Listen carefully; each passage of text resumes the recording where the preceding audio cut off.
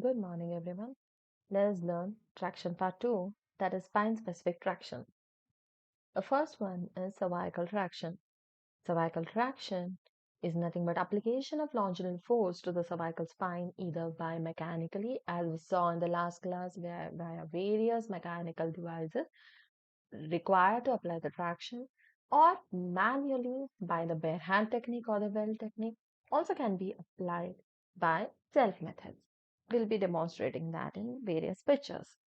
Points to remember before learning about cervical traction or application of cervical traction are force applied, amount of force applied can be can be started with 15 pounds. Gradually it can be increased up to 25 pounds, but never cross 50 pounds. Level of traction varies with the angle of placement of cervical region or cervical spine. Preferred position of the subject is usually supine.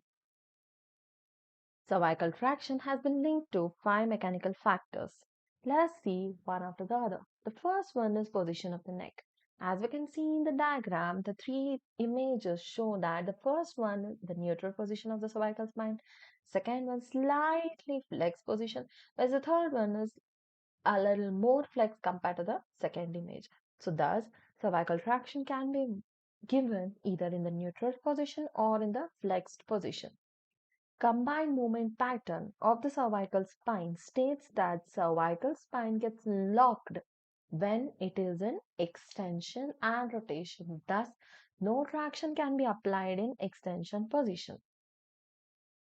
Position of the neck varies, the traction amount varies with the cervical degree of flexion. Neutral cervical spine gives complete traction to the entire cervical region, whereas 25 to 30 degree of flexion straightens the cervical lordosis. Thus it has a good effect on the soft tissue, stretching the soft tissue surrounding the cervical spine. Whereas 15 degree of cervical flexion is very good in order to give the distraction force to the facet joints of cervical, because quantitatively it has been studied that 15 degree of cervical flexion provides or produces facet joint separation of the cervical spine. Coming down to the second point, force applied during traction for cervical spine. Usually, the force applied during traction for the cervical spine starts from weight divided by 5. That is, the person's body weight divided by 5. But if the force is painful on application, then the force can be reduced. The third point, duration of traction. Initially, in the acute condition, first day or even the first day of the therapy, the duration of traction is just 2 to 3 minutes.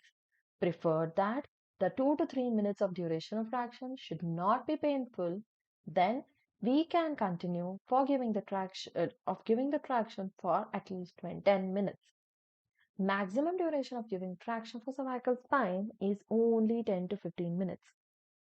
Intermittent traction can also be given in cervical spine with on-off sequence for 3:1 or 4:1 the ratio.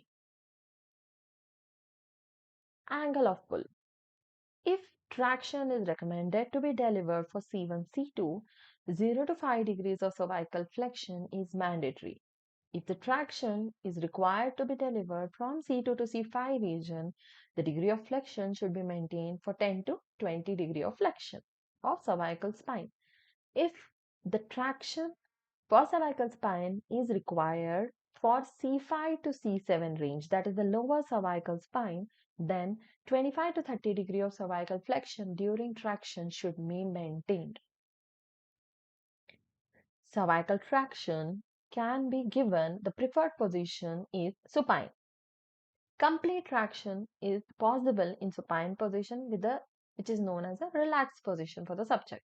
It can also be delivered in the sitting position by anti-gravity traction. Coming down to thoracic traction, the second type.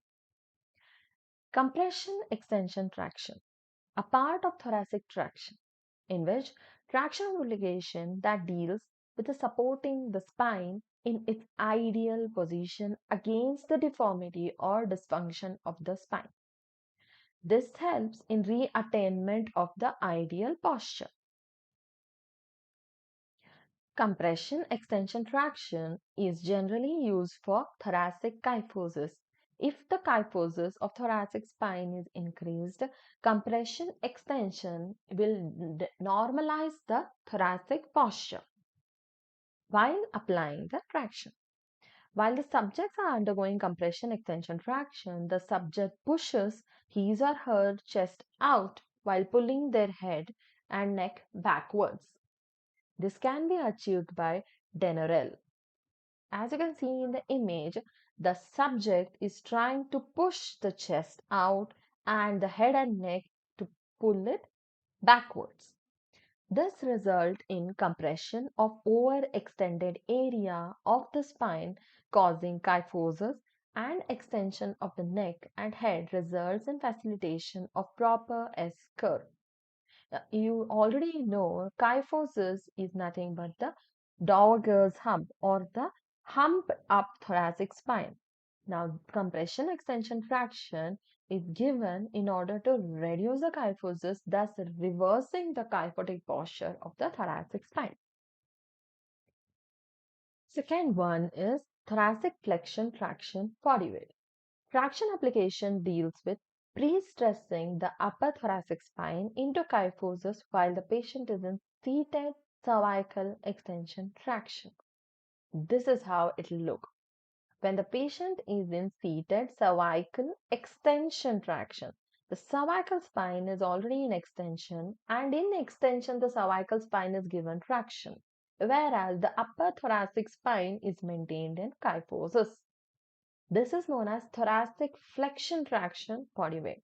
Though the name is thoracic flexion traction body weight, the actual machine is applying the traction for cervical spine in extended position.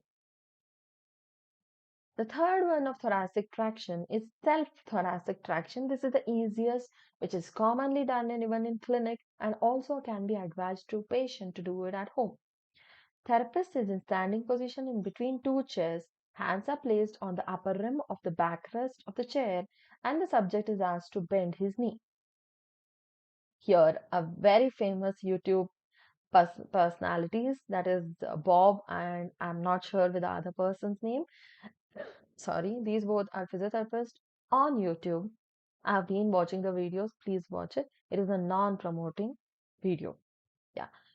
So therapist is in standing position. The patient is the therapist itself. Therapist is in standing position in between two chairs. You can see that he is grabbing up the chair, the backrest of the chair, and he's trying to lift his feet. So what does this do is it just pulls the lower body weight down, whereas from the scapula, the upper body is stabilized.